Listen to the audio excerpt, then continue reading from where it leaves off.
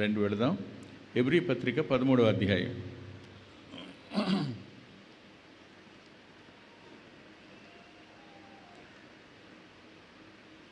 పదమూడవ అధ్యాయం 17వ వచనం. మీ పైన నాయకులుగా ఉన్నవారు లెక్క ఒప్పజెప్పవలసిన వారి వలె మీ ఆత్మలను కాయుచున్నారు. వారు దుఃఖముతో ఆ పని చేసినడల మీకు నిష్ప్రయోజనము గనుక దుఃఖముతో కాక ఆనందముతో చేయనట్లు వారి మాట విని వారికి లోబడి ఉండుడి. ప్రార్థన చేసుకుందాం. ప్రేమగల మా ప్రియ తండ్రి, పరిశుద్ధుడైన మా గొప్ప దేవ, కృప కలిగిన నీ స్వరాన్ని తిరిగి వినడానికి ఈ మా సమయాన్ని దీవెనగా మార్చండి. మీరు నీ దాసును మరుగుపరుస్తే మేమందరం మేలు పొందుతాం. మీరు చెప్పే ప్రతి తలంపు మా ఆత్మలకు ఆదరణను, హెచ్చరిప్పును, దిద్దుబాటును కలుగు చేస్తుంది గనుక వింటున్న మా ప్రియులందరూ మీ లేఖనాన్ని వినే మనసు వారికి అనుగ్రహించండి. మాట్లాడే నన్ను మరుగు చేయండి. మీ కృప కలిగిన హస్తాలకే మరోసారి కూడి ఉన్నవారిని మాట్లాడుతున్న నన్ను అప్పగించుకుంటూ యేసుక్రీస్తు ప్రభు వారి పేరట ప్రార్థిస్తున్నాం తండ్రి, ఆమేన్. బహుశా ఏ సేవకుడు తన సేవలో ఈ వచనాన్ని చెప్పడం, కారణం తన గురించి తాను చెప్పుకున్నట్టు ఫీల్ అవుతారు. కానీ విశ్వాసులకు తెలియవలసిన అత్యున్నతమైన సంగతి ఏమిటంటే, మీకు ఎవరైతే నాయకత్వం వహించి కాపరిగా ఉంటున్నారో వారు ఆ పరిచర్య దుఃఖంతో చేస్తే మీకు నిష్ప్రయోజనం. విశ్వాసులు ఏ ప్రయోజనాన్ని పొందలేరు. ఈ మాట దేన్ని చూపిస్తుంది? సంఘంలో ఉన్న విశ్వాసుల యొక్క బాధ్యతను, సంఘ పెద్దల యొక్క బాధ్యతను చూపిస్తుంది. ఆలోచించండి ఒకసారి. సేవకుని గురించి మనం ఎలా మాట్లాడుకుంటాం? సేవకుని గురించి మనం ఎలా కామెంట్ చేస్తుంటాం? మీ సేవకుడైనే కాదు, సహజంగా ఏ సేవకుడైనా ప్రతి సేవకుని గురించి మనం మాట్లాడే తీరు వేరు. జ్ఞాపకం పెట్టుకోండి, నేను అనేది ఎవరిని దేవుడు పిలిచాడో ఆ సేవకుడి గురించి మాట్లాడుతున్నా. ఎవరికి దేవుడు తర్ఫీదునిచ్చాడో ఆ సేవకుడి గురించి మాట్లాడుతున్నా. ఎవరిని దేవుడు నియమించాడో ఆ సేవకుడి గురించి మాట్లాడుతున్నా. ఎవరిని దేవుడు పంపాడో ఆ సేవకుని గురించి మాట్లాడుతున్నా. సేవలో ఈ 4 అంతలు ఖచ్చితంగా ఉంటాయి. ఇలా ఉన్నవారి సంగతి నేను మాట్లాడుతుంది, లేని వారి సంగతి మాట్లాడడం లేదు నేను. ఇలా ఉన్నవారిని దుఃఖపెట్టడం అనేది మన ప్రయోజనాన్ని మనం నిష్ప్రయోజనంగా మార్చుకోవడం. పరలోకం నుంచి ఏ ప్రయోజనాన్ని పొందలేం, సేవకుని బోధ నుంచి ఏ ప్రయోజనాన్ని పొందలేం. ప్రతి విశ్వాసి అంతరంగంలో ఏముండాలి? నా సేవకునికి నేను దుఃఖం కలుగు చేయకూడదు, నా సేవకుడు సంతోషంతో పరిచర్య చేయాలి, ఆదరణతో పరిచర్య చేయాలి, ప్రోత్సాహంగా పరిచర్య చేయాలి. ఆలోచించండి, సేవకుడు మనిషే, కాదనడం లేదు నేను. సేవకుడు కూడా మన వంటి మనిషే. కానీ అతనికి బాధలు ఉంటాయి, అతనికి కష్టాలు ఉంటాయి, అతనిలో కూడా వేదన ఉంటుంది. దాన్ని అర్థం చేసుకొని సంఘం రాళ్ళు వేసేదిగా ఉంటుంది. అర్థం చేసుకొని విశ్వాసి విమర్శించేవాడుగా ఉంటాడు. జ్ఞాపకం పెట్టుకోండి, మీ మధ్యన ఉన్నవారు మీ ఆత్మల గురించి లెక్క చెప్పవలసిన వాళ్ళు. They are accountable to God. వారు దేవునికి లెక్క చెప్పాలి. కానీ మీరేమనుకుంటారు? మాకు లెక్క చెప్పాలనుకుంటారు. ప్రమాదం ఇక్కడే ఏడిపించేది సేవకుడిని. ఇక్కడ నుంచి ఆయన వెళుతూ ఇలా అన్నాడు, ఆనందముతో చేయనట్లుగా వారి మాట విని. సేవ వాళ్ళ దుఃఖంతో కాదు, ఆనందంతో చేయాలి అన్నవాడు మరో మాట ఉన్నాడు చూడండి. 7వ వచనంలో, మీకు దేవుని వాక్యము బోధించి మీ పైన నాయకులుగా ఉన్నవారిని జ్ఞాపకం చేసుకోండి. వాళ్ళు ఎవరు చెప్పండి? దేవుడు మీ ముందుంచిన మాదిరి. హెబ్రీ పత్రిక 13:7. వారిని మీరు జ్ఞాపకం చేసుకోవాలి. జ్ఞాపకం చేసుకున్న ప్రతిసారి వారి జీవితం, వారి బోధ మీకు మాదిరి. కానీ మనం ఎంత గొప్పవాళ్ళమంటే చూడండి, రోమాపత్రిక 14వ అధ్యాయం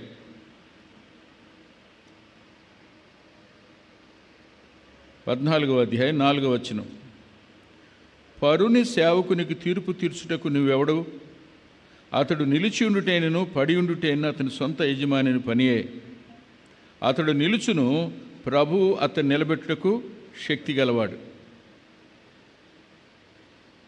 పరుని సేవకునికే తీర్పు తీర్చడానికి నువ్వెవడవి అన్నప్పుడు, నా సేవకునికి తీర్పు తీర్చడానికి నువ్వెవడవండా? ఆయన ఖచ్చితంగా అంటాడు, అనుమానం లేదు. అంటే మనం ఒక మాట నోటితో అనేటప్పుడు ఎంత భయం కలిగి ఉండాలో, సేవకుల విషయంలో మరింత భయం కలిగిన వాళ్ళంగా ఉండాలి. ఈ దినాలలో సేవకులను చులకనగా మాట్లాడడం అనేది మరి ఎందుకు అలవాటైపోయిందో నాకు తెలియదు. చిన్నతనంలో సేవకులు ఇంటికి వస్తే దేవదూతలు వచ్చినట్టు ఫీల్ అయ్యేవాళ్ళు. అమ్మ కానీ, నానమ్మ కానీ, తాతయ్య కానీ సేవకులు ఇంటికి వస్తున్నారు అంటే గడగడలాడిపోయేవాళ్ళు. నేను అలా మిమ్మల్ని గడగడలాడమంటల్లా, వాళ్ళ మీద ప్రేమ చూపించండి అని చెప్తున్నా. వాళ్ళ మీద మీరు సదాభిప్రాయం కలిగి ఉండండి అని చెప్తున్నా. వారు సంతోషంతో సేవ చేసేటట్టుగా మనం సహకరించాలని చెప్తున్నా. ఎందుకు ఈ మాటలు చెప్తున్నానో తెలుసా? ఈరోజు మీ ముందు నేను 2 సందర్భాలు ఉంచాలనుకున్నా. మొదటి సందర్భం యోనాది, రెండవ సందర్భం పౌలుది. ఈ 2 కూడా తుఫానులోనే. రండి వెళదాం, యోనా గ్రంథం దగ్గరికి వెళదాం రండి.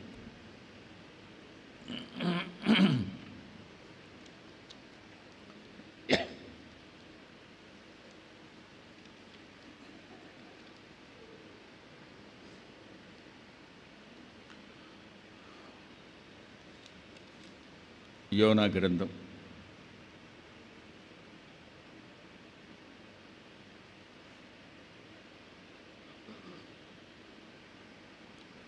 3వ వచనం.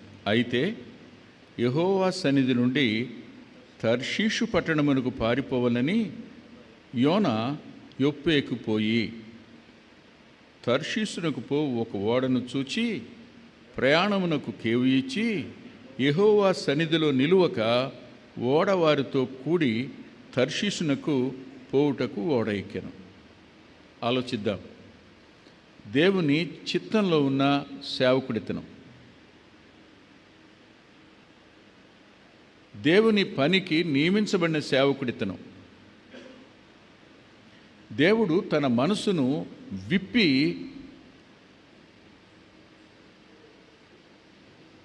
తన మనసు పంచుకున్నటువంటి సేవకుడితనం.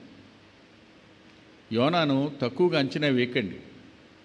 ఈయన ఎలాంటివాడో మీరు ఒకసారి చూడండి. 4వ అధ్యాయం దగ్గర 2-3 వచనాలు చూద్దాం. రెండో వచనం చాలు. యెహోవా, నేను నా దేశమందుండగా ఇట్లు జరుగునని మీకు అర్థమైందా? నువ్వు చెప్పినప్పుడే నేనేమనుకున్నా? మనుషుని ఆంతర్యం ఎరిగినవాడుగా, ప్రతి వారిని ఆలోచన ఆయనకు తెలుసుగా, తెలియదా? నరుని ఆలోచన యెహోవాకు తెలుసా, తెలీదా? తెలుసు. దేవుడు చెప్పాడంట, అయ్యా వెళ్ళు, నినివేకి వెళ్ళు, నినివేకి దుర్గతి వస్తుందని ప్రకటించు, ఇది నాశనం అయిపోద్దని చెప్పు అని చెప్పగానే అనుకున్నాడంట, వెళ్ళమంటాడు, వెళ్తాను, చెప్తాను. వాళ్ళు మొసల కన్నీరు కారుస్తారు. ఆ తర్వాత రైట్ నేను క్షమించానంటాడు. ఎందుకు వచ్చింది తిప్పలు? అందుకేక నేను పారిపోయింది. ఏమెరిగిన వాడితను చెప్పండి. దేవుడు చేయబోయేదాన్ని ముందుగా ఊహించిన ప్రవక్త. చిన్నవాడేం కాదు అతను. He knows the plan of God. దేవుని ప్రణాళిక ఎరిగినవాడు, దేవుడు ఏం చేయబోతాడో కూడా ముందుగా ఊహించినవాడు. ఎందుకు ఇలా చేస్తాడో ఆయన దగ్గర ఒక అద్భుతమైన ప్రత్యక్షత ఉంది. దేవుడు ఏం చేయబోతాడో ముందుగా ఊహించటం మాత్రమే కాదు, ఆయన దగ్గర ఉన్న ప్రత్యక్షత చూడండి మీరు. అందువల్లనే నీవు కటాక్షమును, జాలియు, బహుశాంతమును, అత్యంత కృపయు గల దేవుడు అయి ఉండి పశ్చాత్తాపడి కీడు చేయక మానుదు అని తెలుసుకొని, ఇందుకేనా పారిపోయాను నేను. దేవుని చిత్తానికి విరోధంగా చేసినటువంటి ఒక దైవ సేవకుడు, దేవుని చిత్తం మీద తిరగబడిన దైవ సేవకుడు, ఇతనికి దేవుడు ఏం చేయబోతున్నాడో తెలుసు, దేవుని గుణలక్షణాలన్నీ తెలుసు. అంటే ఏమున్నవాడు ఇతను? విజన్ ఉన్నవాడు, రెవల్యూషన్ ఉన్నవాడు. Vision about the doing of God and the revolution about the character of God. దేవుని కార్యాలను గురించినటువంటి దర్శనం ఉంది అతనికి, దేవుని యొక్క వ్యక్తిత్వాన్ని గురించిన ప్రత్యక్షత ఉంది అతనికి. కానీ మనం యోనాని ఎలా మాట్లాడతాం? ఏంటి బ్రదరు, దేవుని చిత్తం తెలిసి కూడా పారిపోతారు కొంతమంది. దేవుని చిత్తం ఎరిగి కూడా చేయరు బ్రదరు అంటాం. కానీ ప్రభు ఏమన్నాడు? రోమా 14:4 పరుని సేవకునికి తీర్పు తీర్చడానికి నువ్వెవడవే అంటే అర్థం ఏంటి చెప్పండి? అనవసరంగా మాట్లాడకండి. అవునా? మిమ్మల్ని నన్ను ఏమంటున్నాడంట Venkataratnam, shut up, don't criticise my God servant. ఇంతేకంది ఎవరినైనా ఇదే మాటకు అంటాడు? అవును, ఆలోచించండి. అది పెద్ద తుఫాను, చిన్న తుఫానా? పెద్ద తుఫాను. దాని గురించి చూడండి ఏమని రాస్తాడు 4వ వచనంలో, మొదటి అధ్యాయం 4వ వచనంలో, పెద్ద గాలి గొప్ప తుఫాను. 1:4 పెద్ద గాలి గొప్ప తుఫాను. చిన్న మాటలేం కాదు. అంటే ఒక దైవ సేవకుడిని సరిచేసుకోవడం ఎవరి వల్ల అవుద్ది? అతడు పడి ఉండుటైనను లేచుటైనను యజమాని పని. లేపడానికి ఆయన ఏం చేయగలడు? ఒక సేవకుడిని లేపడానికి ఆయన చేసిన పని ఏమిటంటే చెప్పండి మీరు ఇప్పుడు. పెద్ద గాలి గొప్ప తుఫాను. ఎవరి కోసం మాట్లాడండి? ఎవరి కోసం ఇది? ఓడవాళ్ళ కోసమా? నావికుల కోసమా? ఎవరి కోసం మాట్లాడండి సార్? మీరేం మాట్లాడలేదు. ఇది ఎవరి కోసం? ఒక సేవకుని కోసం. ఒక సేవకుడు తన చిత్తం జరిగించడం కోసం దేవుడు ఎలా పనిచేస్తాడు? How God works.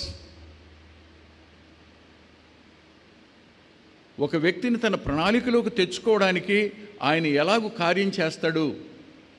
యజమాని ఆయన పిలిచాడు, పని అప్పగించాడు, నమ్మాడు, అప్పగించాడు.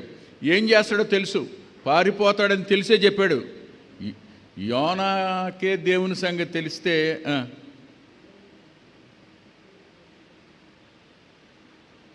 మనవాళ్ళు కూడా అంటారుగా, ఒరేయ్ నువ్వెందుకు చెప్తావురా అమ్మ పుట్టిల్లు, అమ్మ పుట్టిల్లు? మీ అమ్మకంటే పెద్దోడు కదా మేనమా, మీ అమ్మకే తెలుసని చెప్తున్నాను, కానీ మీ మేనమావకి ఇంకెక్కువ తెలుసుగా. అలాగే యోనాకే దేవుని గురించి తెలుసని మాట్లాడుకుంటే మనం యోనా సంగతి దేవుని గురించి తెలీదా? ఆశాంతం ఎరిగినవాడైనా ఇవాళ రేపు వెంకటరత్నం ఎలా ఉంటాడో తెలుసు, 10 సంవత్సరాల తర్వాత వాడు ఉంటాడో లేదో తెలుసు.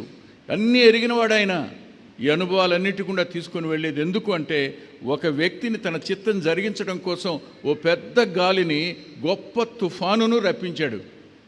అంతేనా? మీరు చూడండి 17వ వచనం, గొప్ప మత్స్యం. పెద్ద గాలి, గొప్ప తుఫాను, గొప్ప మత్స్యం. ఇవన్నీ ఎక్కడున్నాయి? ఇవన్నీ ఎక్కడున్నాయి? తన సేవకుని తన పనికి నియమించే దగ్గర దేవుని యొక్క మనసులో ఉన్నాయి. యోనాకు తెలీదు. యోనాకి దేవుడు రేపేం చేస్తాడో తెలుసు, కానీ తను ఎలా సరి చేస్తాడో మాత్రం తెలీదు. No God servant knows how God is going to discipline us. మనల్ని దేవుడు ఎలాగూ సరిచేస్తాడో ఆయన ఒకటికే తెలుసు. కానీ చూసేవాళ్ళు ఎలా మాట్లాడతారు? నావికుడు ఏమన్నాడు? వచ్చి ఏమన్నాడు? మాట్లాడండి సార్. నిద్రపోతా అన్నాడా? నేను ఒక మాట చెప్తాను. అన్నవాడు ఈయన అన్నాడు, నన్ను ఎత్తి సముద్రంలో పడేయండి అన్నాడు. నన్ను ఎత్తి సముద్రంలో పడేయండి అన్నాడు. అంటే అసలు యోనా గారు ఎంత మొండోడు అంటే, విన్నాడు ఆ మాట. నాకు తెలుసు. ఈ మాట ఆయన గురించి చెప్పడం భయంగానే ఉంది నాకు. రేపొద్దున ఎలాగానే అడుగుతాడు నన్ను, అన్నావు కదా నువ్వు నన్ను. ఎంత మొండివాడు ఆయన అంటే, నేను చావనైనా చస్తాను కానీ దేవుని చిత్తం మాత్రం చేయను. నేను చనిపోనన్నా చనిపోతాను కానీ వాళ్ళకి సువార్త చెప్పను. ఎందుకయ్యా అంటే వారు అశూరోళ్ళు. రేపు 10 గోత్రాల వాళ్ళు చెరగబట్టుకుపోతున్నారు. వీళ్ళు చెరగు పట్టుకెడతారని ప్రవచనం ముందుగా ఉంది. ఆ అశూరు యొక్క రాజధాని నినివే. అక్కడికి నన్ను వెళ్ళమంటాడేంటి? నా దేశ ప్రజలను చెరపట్టుకుని పోయే వాళ్ళ దగ్గరికి నన్ను వెళ్ళమంటాడైనా. శత్రువులైనా రక్షించబడాలి అన్నది దైవోద్దేశం. మనమైతే ప్రభువా నాయనా క్రైస్తవం మీద తిరగబడుతున్నారు ప్రభువా, వాళ్ళని చితకొట్టు నాయనా అటు చేయబకండి. వాళ్ళు మనుషులే, వాళ్ళు సామాన్యమైన మనుషులే. వాళ్ళని రెచ్చగొట్టేవాడు వెనకాల ఉన్నాడు. అందుకని వాళ్ళు అలా చేస్తున్నారు. వారికి ప్రభు ఎవరో తెలిసి అలా చేయరు కదా. నినివే వాళ్ళకి సత్యం తెలిస్తే పశ్చాత్తాపడినట్టు దేవుని శత్రువులైన వారు, వాళ్ళని చెరపట్టడానికి సిద్ధంగా ఉన్నవారి మీద మాత్రం దేవుడు కనికరం చూపడా? వాళ్ళు మాత్రం ఆయన సృష్టి కదా? వాళ్ళు మాత్రం నోవాహు 3 పుట్టిన పిల్లలే కదా ప్రపంచంలో ఉన్న వాళ్ళందరూ. ఈ సంగతి ఎందుకు మర్చిపోతాం మనం? ఒక అబ్రహాం సంతానం మీద మాత్రమే మమకారం ఎందుకు పెట్టుకుంటాం? అందులో నుంచి ప్రభు వచ్చాడు. ఆయన వచ్చింది ఎందుకు? సమస్త మానవాళి రక్షించబడడానికి, నిన్ను బట్టి సమస్త వంశాలు దీవించబడడానికి, అందుకొరకు కదా. కానీ మనలో ఏముంటుంది చెప్పండి? పార్షియాలిటీ. అరే సేవకుని మీదే మనకు అట్టుంటే ఎవరి మీదనే ఉంటుంది. మర్చిపోకండి ఈ మాట. తీసుకెళ్ళి సముద్రంలో పారేయండి అన్నాడు. పారేసిన తర్వాత ఏమైపోయారు వాళ్ళు? మాట్లాడండి. ఏమైపోయారు? పెద్ద గాలి ఆగింది, గొప్ప తుఫాను ఆగిపోయింది. ఎవరు చెప్తే? ఎవరి మాట వింటే? వీళ్ళు చాలా ప్రయత్నం చేశారు, మామూలు ప్రయత్నం చేయలే. వాళ్ళ ప్రయత్నం చూడండి ఏమని రాస్తాడు. 13వ వచనం. వారు ఓడ దరికి తెచ్చుటకు తెడ్లను బహుబలముగా వేసిరి కానీ గాలి తమకు ఎదురై తుఫాను బలము చేత సముద్రము పొంగి ఉండుట వలన వారి ప్రయత్నము. అర్థమైంది మీకు? పెద్ద గాలి, గొప్ప తుఫాను, గొప్ప మత్స్యం దేవుని చిత్తం నెరవేర్చడానికి యోనా కోసం వచ్చాయి. కానీ మానవ ప్రయత్నం ఏంటి? బహుబలంగా తెడ్లు ఓడను దరికి తేవడానికి వారు శాయశక్తులా ప్రయత్నం చేశారు. కానీ వారి ప్రయత్నం అంతా ఏమైపోయింది? వ్యర్థమైపోయింది. తప్పలా సముద్రంలో పారేశారు. పారేయగానే ఏమయ్యారు చూడండి. 16వ వచనం. ఇది చూడగా మనుషులు అంటే ఇతను ఏమన్నాడు? తాను ఎవరినని చెప్పాడు? 9వ వచనంలో వారితో ఇట్లా అన్నాను, నేను హెబ్రీయుణ్ణి, సముద్రమునకు భూమికి సృష్టికర్త అయిన ఆకాశమందు దేవుడైన యెహోవాకు ఎందు నేను భయభక్తులు కలవాణ్ణి. అవునా?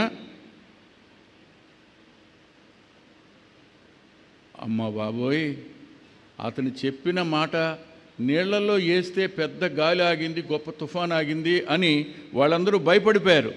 భయపడిపోవటం కాదు, ఏం చేశారు? బలి అర్పించారు. మొక్కుబళ్ళు అంటే చెంపలేసుకుని ఉంటారా? ఓ నావికుడు కూడా గిలగలాడిపోయి ఉంటాడా? అవ్వా అతన్నా నేను అందే.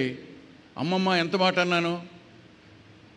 దేవుని సేవకుని ఒక మాట అన్నందుకు అతని మాట నెరవేర్చబడినందువల్ల వీళ్ళందరిలోకి ఏమొచ్చింది? దేవుని భయం వచ్చింది. జ్ఞాపకం పెట్టుకోండి, పిలువబడిన సేవకుడు దేవుని చిత్తానికి విరోధంగా వెళ్ళినా దేవుడు పెద్ద గాలి, గొప్ప తుఫాను, గొప్ప మత్స్యం ద్వారా తన కార్యం జరిగించడమే కాదు, కానీ ఓడవారినందరినీ రక్షించుకోవడానికి సమర్థుడైన. కారణం చెప్పనా? నష్టపోయింది భౌతికంగానే వాళ్ళు, కానీ ఆత్మ నిత్యత్వానికి వెళ్ళడం అనేది ఎలాంటిది? ఒకడు లోకమంతా సంపాదించుకొని తన ప్రాణాన్ని పోగొట్టుకుంటే వాడికి ఏం ప్రయోజనం? వీళ్ళు కోల్పోయింది ఎంత? వీళ్ళకి పోయిన ఆస్తి ఎంత? కానీ దక్కిన నిత్యత్వం ఎంత? వీరెవరు? అన్యులే కదా, యూదులు కాదు కదా. ఇలాంటి వారు యోనా ద్వారా రక్షించబడడం, దేవుడు అన్యజనులను ప్రేమిస్తున్నాడు అని చెప్పడానికి బైబిల్ గ్రంథంలో రాయబడిన గ్రంథం యోనా గ్రంథం. ఒక సేవకుడు దేవుని చిత్తం మీద తిరగబడినా సరిచేసి మళ్ళా ఆ పని చేయించుకోవడానికి దేవుడు సమర్థుడు. అతని అవిధేయతను కూడా ఆత్మల రక్షణకు ఆశీర్వాదంగా వాడుకోగలిగిన దేవుడు ఆయన. కాబట్టి విమర్శించే దగ్గర మనం ఒళ్ళు జాగ్రత్త పెట్టుకోవడం మంచిది. అది చెప్పే మాట, మొదటి మాట. ఇక రెండవ మాట దగ్గరికి వద్దాం. అపోస్తల కార్యాల గ్రంథం 27వ అధ్యాయం.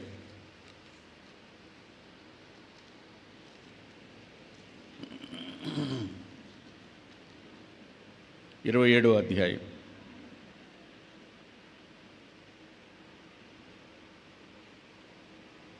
10వ వచనం.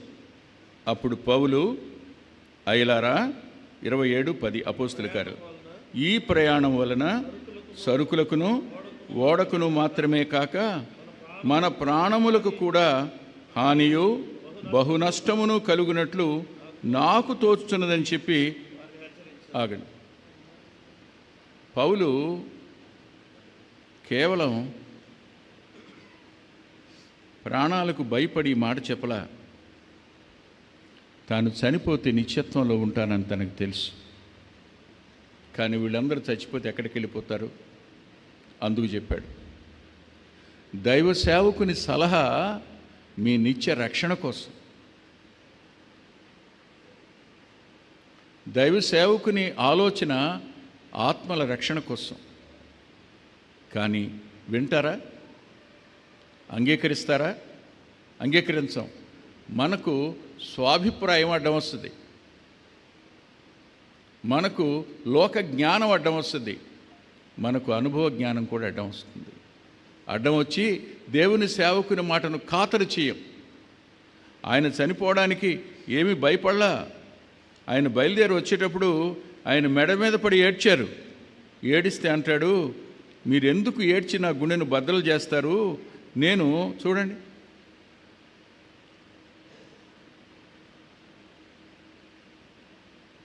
అపోస్తల కార్యాల గ్రంథంలో వాళ్ళు ఎంత ఏడ్చారో.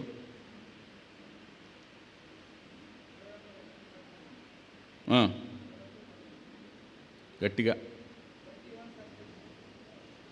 నానా, అవును నానా, 21.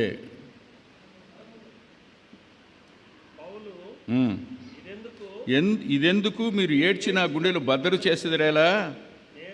నేనైతే ప్రభు అయిన యేసునామము నిమిత్తము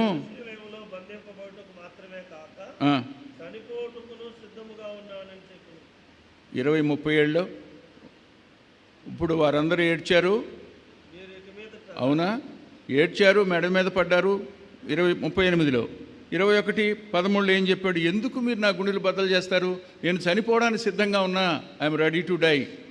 వాడు గుర్తుపెట్టుకోండి, ఏ రోజైనా వెంకటరత్నం చనిపోవడానికి రెడీ. ఎందుకో తెలుసా? హాయిగా పరలోకం వెళ్ళిపోతారు. ఈ కష్టాలు ఉండవు, ఈ బాధలు ఉండవు, ఈ నైవంచన ఉండదు. లోపల ఒకటి బయటకు ఒకటికి మాట్లాడే వ్యక్తులు ఉండరు, మోసం చేసే వ్యక్తులను చూడనిక, అవునా, కపటంగా నటించేవారిని చూసే అవకాశం లేదిక. హాయిగా పరలోకంలో నా ప్రభు ముఖం చూస్తుంటాను. పరిశుద్ధులైన వారితో సహవాసం ఉంటుంది నాకు.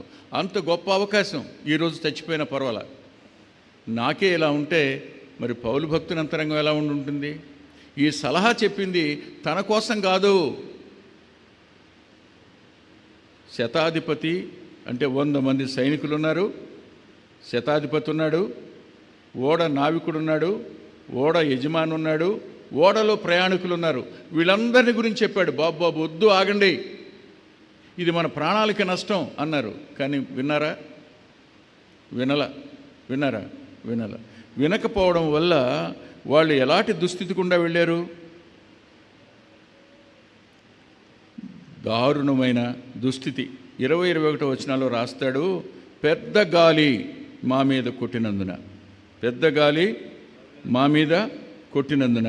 నెంబర్ 1. నెంబర్ 2 చూడండి, 18వ వచనం, మిక్కిలి పెద్ద గాలి కొట్టుచున్నందున. అది పెద్ద గాలి, అది మిక్కిలి పెద్ద గాలి. 2 చోట్ల రాశాడు, పెద్ద గాలి, మిక్కిలి పెద్ద గాలి కొట్టుచున్నందున ఏమైంది చెప్పండి?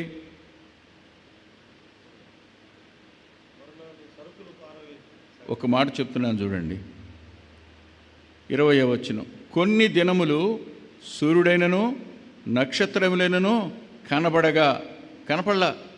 సూర్యుడు లేడు, చంద్రుడు లేడు, సముద్రం మీద ఉన్నారు. సూర్యుడు చంద్రుడు లేకపోతే ఎలా ఉండే సముద్రం మీద ఎప్పుడైనా చూసారా మీరు? రాత్రిపూట ఎప్పుడైనా సముద్రం దగ్గర ఉన్నారా? నాకు అవకాశం ఉంది, దొరికింది. రాత్రిపూట సముద్రపూటకి వెళ్ళి కొద్దిమంది సహవాసంతో ప్రార్థన చేసుకోవడానికి నన్ను పిలిచారు, వెళ్ళాను. అసలు ఆ హోరు, ఆ చీకటి, లైట్ లేదు, పట్టుకెళ్ళిన వాళ్ళ దగ్గర కూడా లైట్లు లేవు, సెల్ ఫోనే. మరి ఆ దినాలు ఇంకెలా ఉండుంటుంది? ఇలాంటి పరిస్థితులు ఎందువల్ల వచ్చాయి? సేవకుని మాట వినకపోవటం వల్ల వచ్చాయి. అవునా? ఇదంతా రియలైజ్ అయ్యి ఉంటారా అవరా? ఖచ్చితంగా రియలైజ్ అవుతారు. ఎప్పుడవుతారు?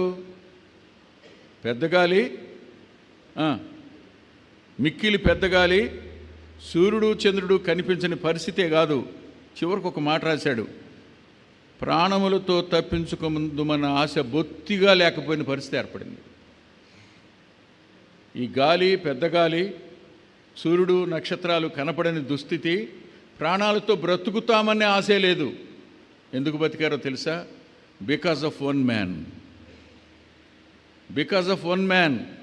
గుర్తుపెట్టుకోండి, సొదొమలో ఒకే ఒక వ్యక్తిని బట్టి లోతు, ఆ ఒక్క వ్యక్తిని బట్టి గుర్తుపెట్టుకోండి, బబులోన్లో ఒకే ఒక వ్యక్తిని బట్టి, దానియేలును బట్టి మిగిలిన జ్ఞానులందరూ బతికారు. ఒక వ్యక్తి, one man is so valuable unto God. If one man is so valuable unto God, what about the God servant?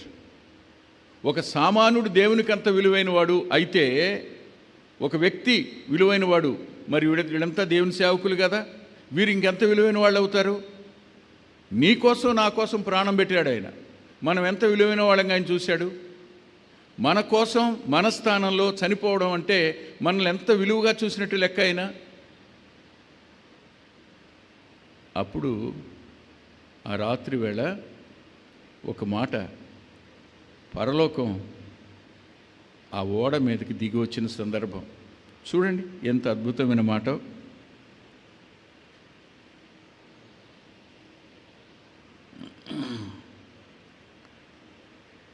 ఇరవై 23వ వచనం, 27-23, నేను ఎవని వాడనో, ఎవరిని సేవించుచున్నానో ఆ దేవుని దూత గడచిన రాత్రి నా యొద్దకు వచ్చి, పౌలా భయపడొద్దు, నీవు కైసరు ఎదుట నిలబడవలసి ఉంది. ఇదిగో నీతో ఓడలో ప్రయాణమైపోతున్న వారందరూ, లేఖనాలు ఒక మాట ఉంటుంది, అనేక మంది ఉన్న తండ్రులు ఎక్కువ మంది ఉంటారట, ఒకటే తండ్రి ఉంటాడట. ఆత్మలను రక్షించడానికి ఎవరిని సాధనంగా వాడుకున్నాడు అతను ఆత్మీయ తండ్రి అంటాం కదా. వీళ్ళందరూ అవుతారు రేపు అంటే, నీకు ఆత్మీయ పిల్లలు అవుతారయ్యా అంటే, వీళ్ళు నీ మాట వినకపోయినా నీ కోసం వీళ్ళందరూ నేను కాపాడుతాను, వీరందరూ రక్షించబడతారు, వీళ్ళందరూ నీకు ఇస్తున్నాను నేను. ఎవరి కోసం? Because of one God servant. ఆయన మాట వినకపోయినానా? వినంది ఎవరు ఇంతకీ? చూడండి 11వ వచనం, ఆయనను శతాధిపతి పౌలు చెప్పినది నమ్మంది ఎవరు? ఇప్పుడు యజమాని ఉన్నాడు, నావికుడు ఉన్నాడు, శతాధిపతి ఉన్నాడు. ఇప్పుడు ఓడ మీది, నువ్వు యజమానివి, నడిపేవాడు నావికుడు. కానీ ఇతనెవరు?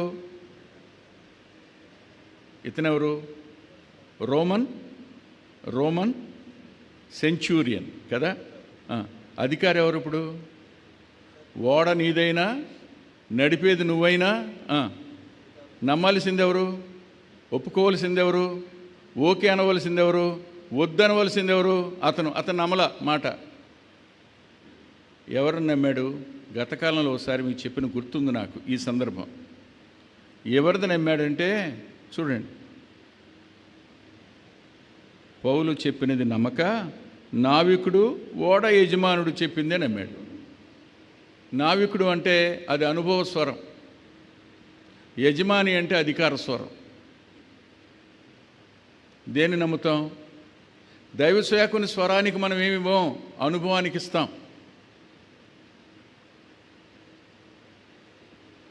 ఏ స్వరానికి ఇస్తాం? అధికార స్వరానికి ఇస్తాం. అందుకు నమ్మల. ఇతను చెప్తుంది పరలోకంలో నుంచి, వీళ్ళు చెప్తుంది అనుభవంలో నుంచి. ఇతను చెప్తుంది అవును పోతే ఇతను ఓడపోద్ది, ఇతను ఒప్పుకుంటున్నాడుగా,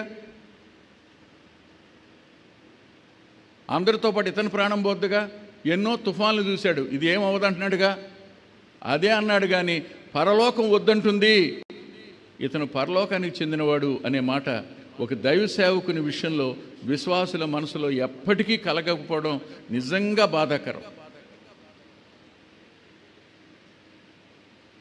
అందరూ ఒకే ఓడలో ప్రయాణం చేస్తున్నారు. ఎప్పుడూ కూడా ఇద్దరు ఉంటారు, మిక్స్డ్ ఉంటారు. మారు మనసు పొందిన వాళ్ళు ఉంటారు, మారు మనసు పొందని వాళ్ళు ఉంటారు. పొందినవాడైతే నమ్ముతాడు, పొందనివాడు నమ్మడం. కానీ పొందని వాళ్ళు నమ్మడం కోసం ఈ పెద్దగాలి,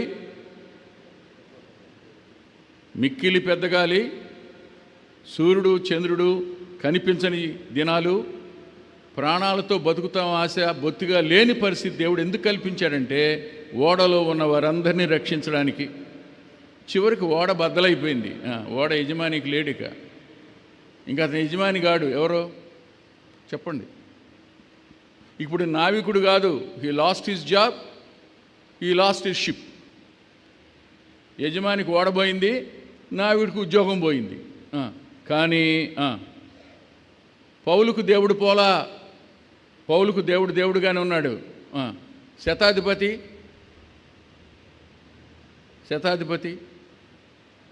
ఉద్యోగం ఉన్నట్ట పోయినట్ట. ఇప్పుడు చస్తే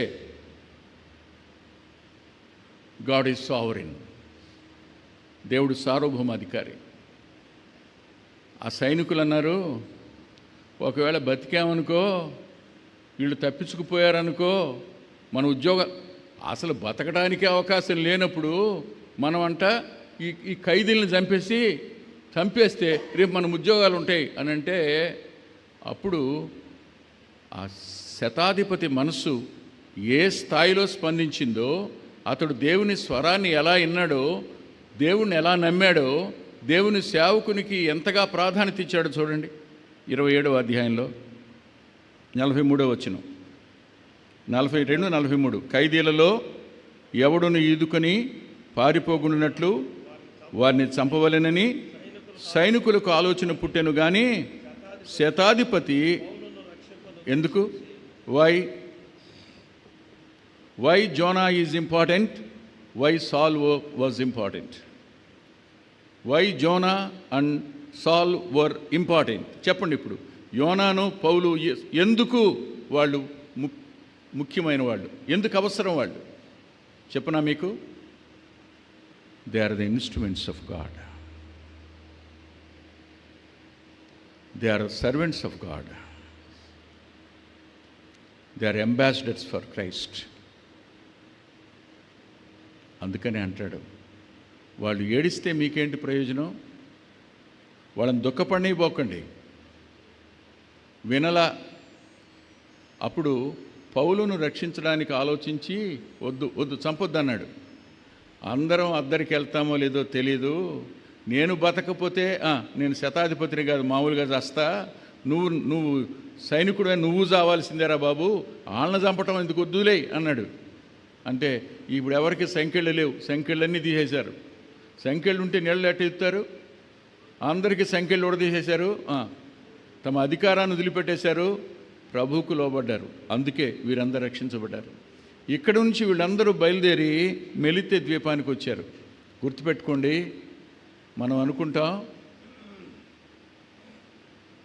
దేవుడు పొరపాటు చేశాడేమో, దేవుడు తప్పు చేశాడేమో, ఏమీ లేకుండా చేశాడు. మనం ఏమైపోయాం ఇప్పుడు? పౌలుకి కట్టుకున్న బట్టలే, శతాధిపతికి కట్టుకున్న బట్టలే, నావికుడికి కట్టుకున్న బట్టలే, రాసిన లోకాకి కట్టుకున్న బట్టలే, వెంట వస్తున్న వాళ్ళందరికీ కట్టుకున్న బట్టలు తప్ప ఇంకేమీ లేవు. మీలాగా బయటికి పారిపోయేటప్పుడు దిండి కిందన్న పర్సన్న పట్టుకెళ్ళాలని మనసు ఉంటుంది, అది కూడా లేదు వీళ్ళకి.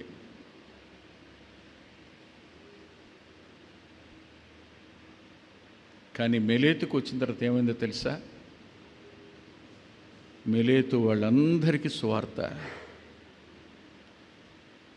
మెలేతు రక్షించబడడం కాదు, దైవ సేవకుని బట్టి వాళ్ళందరికీ ఎంతటి, చూడండి రాస్తాడు, ఏం రాస్తాడు 28వ అధ్యాయంలో.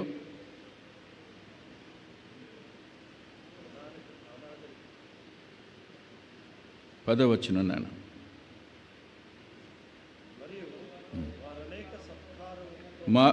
మరియు వారు అనేక సత్కారములతో మమ్మను మర్యాద చేసి, మేము ఓడ ఎక్కి వెళ్ళినప్పుడు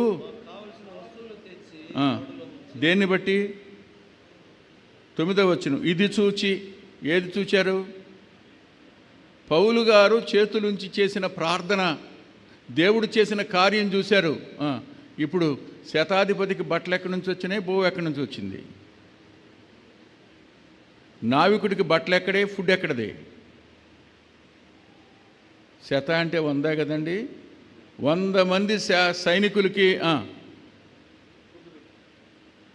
షెల్టర్ ఎవరిని బట్టి? బికాజ్ ఆఫ్ పౌల్ని బట్టి. అందుకే ఒక మాట చెప్తున్నాను, ఒక సేవకునికి ఇంత ప్రాధాన్యత ఇవ్వమని దేవుడు చెప్తున్నప్పుడు ఆయన తానే, చూడండి ఒకసారి ఫిలిప్పీ పత్రిక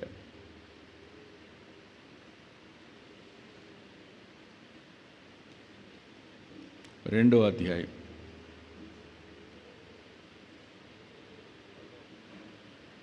6, 7, 8 వచనాలు. ఆయన దేవుని స్వరూపము కలిగిన వాడై ఉండి దేవునితో సమానముగా ఉండుట విడిచిపెట్టకూడని భాగ్యమని ఎంచుకొనలేదు, కానీ మనుషుల పోలికగా పుట్టి దాసుని స్వరూపము ధరించుకొని తన్ను తానే రిక్తునిగా చేసుకున్నాడు. మరియు ఆయన ఆకారమందు మనుషుడిగా కనపడి మరణము పొందినంతగా, అనగా శిలువ మరణము పొందినంతగా విధేయత చూపినవాడై తను తాను తగ్గించుకున్నాడు. అందుచేత పరలోకముందున్న వారిలో కానీ, భూమి మీద ఉన్నవారిలో కానీ, భూమి క్రింద ఉన్నవారిలో కానీ ప్రతి వాని మోకాలును యేసునామమును ఉంగునట్లును, ప్రతి వాని నాలుకయు తండ్రి అయిన దేవుని మహిమార్థమై యేసు క్రీస్తు ప్రభువుని ఒప్పుకున్నట్లును దేవుడు ఆయనను అధికముగా హెచ్చించి ప్రతి నామము కంటే ఆయనకు పైనామమును అనుగ్రహించాడు. అవునా? ఆయన ఏమయ్యాడు చెప్పండి? నేను పరిచర్య చేయడానికే వచ్చాను అన్నాడు. అందుకని అంటాడు యెషయా గ్రంథంలో, ఇదిగో నా సేవకుడు అంటాడు. He became a servant. కానీ ఇప్పుడు ఎక్కడున్నాడో తెలుసా? తండ్రి కుడిపార్శ్వ అని ఉన్నాడు. ఆయన తండ్రి కుడిపార్శ్వ అని ఉన్నాడు అంటే అర్థం ఏంటో తెలుసా మీకు? సర్వాధికారం కలిగిన వాడిగా ఉన్నాడని అర్థం. తండ్రి కుడిపార్శ్వాన ఉన్నాడు అని అంటే ఆయన ఏదో తండ్రి పక్కన కూర్చుని ఉన్నాడని కాదు. అందుకనే భూమి మీద ఉండగానే నాకు భూమి మీద పరలోకంలో సర్వాధికారం, అది దాని ఉద్దేశం. అంతేకాదు, ఆయన ఏమన్నాడో తెలుసా? జయించిన వానిని నాతో కూడా కూర్చుని పెట్టుకుంటాను అన్నాడు.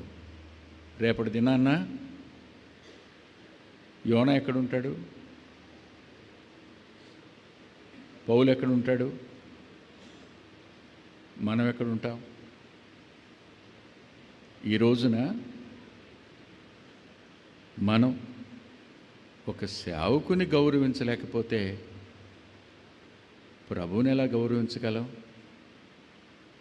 ఆ సేవకులు తగ్గించుకుని మీ దగ్గరికి రావడం, మన దగ్గరికి రావడం, మనతో మాట్లాడడం, మన కన్నీరు తుడవడం, మన కుటుంబ పరిస్థితులు పట్టించుకోవడం, మన ప్రతి కష్టాం కోసం ప్రార్థించడం, వాళ్ళు ఉపవాసం ఉండడం ఏం అవసరం వాళ్ళకి? ఎందుకు చేస్తున్నారు ఇదంతా? లెక్కప్ప చెప్పాలి కాబట్టి ఒక మాట చెప్తాను. దేవునికి మీద చిత్తానికి విరోధంగా తిరగబడిన, దేవుని చిత్తానికి లోబడి తన మాట వినని పరిస్థితుల్లో ఉన్న వాళ్ళనైనా ఒక వ్యక్తిని బట్టి రక్షించటం అనేది దేవుని ప్రణాళిక. ఒకే ఒక వ్యక్తిని బట్టి ప్రపంచమంతటినీ రక్షించడానికి ఇష్టపడిన దేవుడు ఒక వ్యక్తిని బట్టి ఓడవారిని మెలేతు వారిని రక్షించడానికి సిద్ధపరిచిన దేవుడే ఒక వ్యక్తిని బట్టి కొంతమందిని రక్షించడం కోసమే తన సేవ కోసం పిలిచాడు. వారికి ఇవ్వాల్సిన గౌరవాన్ని ఇవ్వడానికి ప్రభు తన కృపను మనకు అనుగ్రహించునుగాక. ఆమెన్. తల్ల వంచండి, ప్రార్థన చేసుకుందాం.